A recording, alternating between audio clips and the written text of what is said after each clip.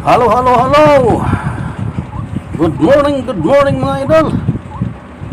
Hunting na naman tayo ng bayawak. Tayo sudan uli. May nakita tayong pagilid-gilid dito sa malapit sa poultry. At pinainan na natin ng iba't ibang lamang loob. At may pasabit pa mga idol. Para may baon siya pag uwi. Pag may nilalabas-labas ng mga idol ang dila niya, alam na. Mayroong naamoy. Ayan na, yumuko na mga idol. Sabi niya, parang masarap to ah. Ayan na, inumpisa na ang bituka. Ba't ibang bituka mga idol? May baboy, may manok, may hasang, may isda. Paborito niya mga idol, may amoy-amoy. Ayan na mga idol, may malaking lumapit. Excuse me po. Medyo nakahalata yata mga idol, patingin-tingin. Halos di makakain. Meron na naman halo tayo mga idol, may sudan na naman tayo sa hapagan. Hindi na lang puro utan. Kung tawagin sa amin ay sa Tagalog gulay. Sawa naman idol, puro na lang gulay. Minsan-minsan naman ay karni-karni tayo. Malakas ang ating kalooban sa pagsasaka dito sa bundok. Napakarami itong mga idol ang bayawak dito sa kabundukan. Dito nila kinakain. Halo, halo, halo. Mayroon na naman tayong halo, bayawak. May kasama tayong lolo dito, katabi ko. Kumakain ka ba lolo niyan? Hindi po. Tigas na yan, wala na akong ipin na po. Tabako na lang, tabako. Ayun lang. Tabako ang kinakain ni lolo. Masarap to lolo pag ginataan. Kahit pa po. Hindi na siguro tatalabang aking angka niyan eh. Dalawa na lang ang ipin ko po. Ayun lang. Dalawa na lang pala. Ano na pala lolo ang kinakain mo ngayon? At hindi ka nag-uuram ng ganitong pagkain. Lugaw na lang po, lugaw. Masarap ang lugaw, asin lang, okay na. Pinaparisan ng ng masarap na buko, sabaw. Ayun lang. Tangguli sana lolo. Ay, masarap yan. Lagyan ng asukal, gatas. Okay na po, kahit walang asukal. Maganda nga yan para iwas diabetes. Ayun lang. Pa mga idol, hindi pa pumapasok sa lungga ang ating nakikitang bayawak. Talagang abalang-abala siya sa kanyang kinakain. Sabi nga niya, bahala kayo sa buhay niyo. Basta ako busog. Di naman kumakain si lolo nito. Tayo-tayo na lang mga idol. Sarap itong pinatuyo sa gata, may sili. Para matanggal na lang sa pakuluan ng tanglad, daon ng mangga at luya. Tapos itapo ng sabaw sa kagataan, pinatuyo sa gata. Wala na lang siya. Masarap na mga idol. Kawawa naman si lolo, hindi kakain, masarap. Okay lang apo. Ibali na. Sakit nga ngalang-ngala ko nga wala akong ipin po. Ayun lang. Bakit mo ayaw magpapustiso lolo para magkangipin? Mahal apo. Mahal magpaportito. Wala akong pera apo. Ayun lang. Ibinta mo yung mga pananim mo, yung kamuting kahoy, kamuting baging. Mahal yan sa bayan. Mahirap apo sa baba yan. Mabigat. Wala man tayo sa sakyan. Buti kung may kalabaw pwede natin ibaba yan. Mano-mano apo, delikado, mahina na ang tuhod ni Lolo. Ayun lang, mahina na pala. Paano yan? Dito na lang, kakainin na lang. Kung may pumunta dito bibili, ibibinta mo, sana Lolo. Mas maganda kung may pupunta. Hindi ako mahirapan. Ayun lang. Mahirap pala dalhin yan pag sa bayan, Lolo, kasi bigat. Wala na palang kalabaw mo. Wala na apo.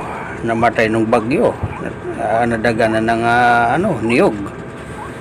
Ayun lang. Kaya pala. Wala pa rin mga idol. Hindi pa rin pumapasok ang ating bayawak sa ating bitag. Nagkakalata yata itong manunulay na ito. Sabihin may tao yata sa dulo Kaya ayaw dumusog kinakamay pa Kahit makaisa man lang tayo mga idol, meron tayo sudan. Bawas-bawasan natin ito at napakarami ito dito sa baba ng ating alagang mga manukan. Inuubos ang sisiyo mga idol. Matagaw kasi ito sa manok, pati yung inahin. Ginangat-ngat nga manunulay. Sige na, pumasok ka na. Ay, wish na tayo sudan mga idol. Ayaw talaga magpahuli yata ito Isa-isa nga lang Ubusin yata yung ating bain. Tapos sabay layas. Busog na manunulay. Tulog ka na Lolo? Hindi pa po. Nangikinig ako sa radyo. Kabumbo radyo. Ayun lang. Narinig mo ba yung nangyari sa Davao, sa Jinsan? Linindol doon Lolo. At bumagsak yung Jollibee doon. Buting nakalabas yung mga tao. 7.8 yata yung lindol doon, Lolo. Wala tayo magawa po. Talagang ng kalikasan yan. Minsan nagbibigay ng yan.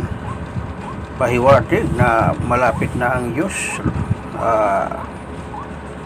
magpakita sa atin apo. Ayun lang. Dasal lang apo, dasal. At kailangan natin yan yan ang ating sandata para maligtas sa mga ganyang pangyayari. Oo nga talagang hindi natin maiwasan yan kasi biglaan. Segundo lang Lolo talaga bagsakan ng mahihina na building. Parang 3 palapag yata ang bumagsak doon na Jollibee sa Jinsan. Davao ba yun? Oo, Davao yun. Mag-ingat tayo mga idol. Excuse me po. Talaga hindi natin alam mo yung mga darating sa ating buhay. Kailangan lagi tayong handa. Laging magpasalamat sa araw-araw nating buhay. At hindi natin alam yung bukas kung gigisingin pa tayo ang ating buong may kapal. Laging tayo magdasal saan tayo pumunta at hingi ng tawad sa ating mga nagawang kasalanan at hindi man tayo perfecto. Talagang sandata lang natin talaga humingi ng tawad sa abang buong gumawa ng langit at lupa ni Papa Jesus. Di ba Lolo? Tama yan apo. Mahirap na.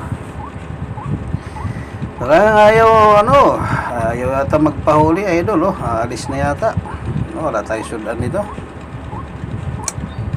Nadali sana ng hita kaso nakawala. Medyo matalino yata itong bayawak na ito mga idol. Ayaw magpahuli. Bumalik-balik takaw talaga pumasok na mga idol. Sigurado na ito siguro. Bumalik-balik at takaw talagang bayawak nito. sudan na tayo nito. Kasi higpit to pag hinatakpan niya. Excuse me po. Medyo inubo tayo kay naambon naman tayo lolo kay inambon-ambon man. Yung mga taga Davao dyan, mag-ingat-ingat tayo. At mga yung is ano pa yan, mga shock ba tawagin nila, yung mga aftershock. Mahina ng building, talagang bibigay. Dapat doon tayo sa mabababa lang bahay, di ba lolo? Katulad ng bahay ko, 3 lang poste, okay na. Ayun lang, parang sugang pala yan lolo. 3 lang poste, dapat 4 lolo para matibay. Okay na nga, apo isa. Papayong pag isa lang poste, madali matumba. Ayun na mga idol, may sudan na tayo. Pumasok ng leg, oh. Hindi na makawala ito. Meron na tayong panghanda sa hapagan mamaya. Lagyan ng kaunting suka para tumagal kahit 3 araw. Hindi na lang puro utan, gulay. Layo tayo sa bayan mga idol. Layong lalakaran. Okay na, may sudan na tayo. Pumasok ng liig, di ito makawala. Maraming salamat po sa inyong panonood. Sama kayo naroon lagi mag-ingat. Maraming mga kalamidad nangyayari sa mundo nito. Paki-support naman sa ating munting channel, paki-subscribe naman at paki-share sa ating mga kababayan para ang lahat ay masaya. Salamat po. Basta Radyo Bumbo.